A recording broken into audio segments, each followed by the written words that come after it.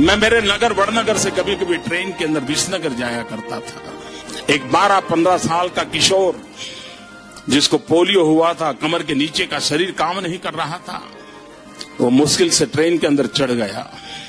उस गंदे कपड़े थे, भिक्षुक जैसा लगता था, लेकिन वो भीख नहीं मांगता था और हर किसी के पास जाकर के वो रिक्वेस्ट करता था मुझे बूट पॉलिश करने के लिए दीजिए। और उस समय 10-15 पैसे में बूट पॉलिश होती थी और लोग कभी दया भाव के कारण, कभी करुणा के भाव के कारण उससे अपना जूतों की पॉलिश करवाते होंगे। लेकिन मैंने देखा पॉलिश वाले करने वाले बहुत देखे थे, लेकिन इस बच्चे की तरफ मेरा ध्यान गया।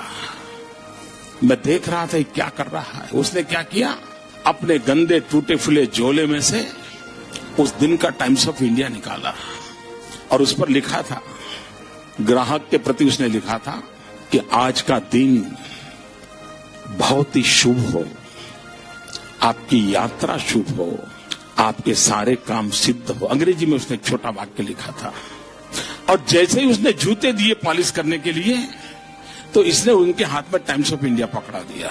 उस ग्राहक को भी लगा कि 10 पैसे में पॉलिश हो रही है और 1 रुपये का अखबार पढ़ने को मिल जाता है। इस घटना को मैं देख रहा था तो मैंने उस बालक को पूछा, मैंने कहा भाई तुम हो कौन?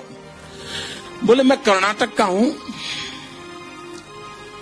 कोई परिवार में है नहीं, मेरी शरीर की हालत अच्छी नहीं है, लेकिन मैं सम्मान से जीना चाहता हूं, इसलिए मैं यहां पहुंच गया हूं, करते करते काम कर रहा हूं।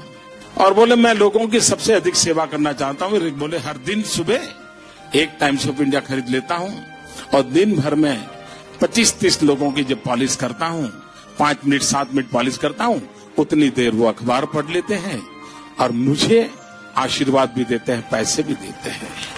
मैंने इस दृश्य को देखा तब मुझे गीता पूरी तरह समझ आ गई। मुझे लगा इसको कहते हैं योग कर्मशु कौशलम। पॉलिश करने वाले काम को उसने योग बना करके जिस प्रकार से उसमें प्रोफेशनलिज्म ला करके काम किया था, और यही तो योग कर्मशु कौशलम है, जो जिंदगी को जोड़ देता है,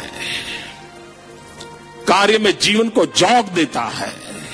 वो यौगिक अवस्था को प्राप्त करके जीवन में एक अद्भुत अनुभूति का एहसास करता है।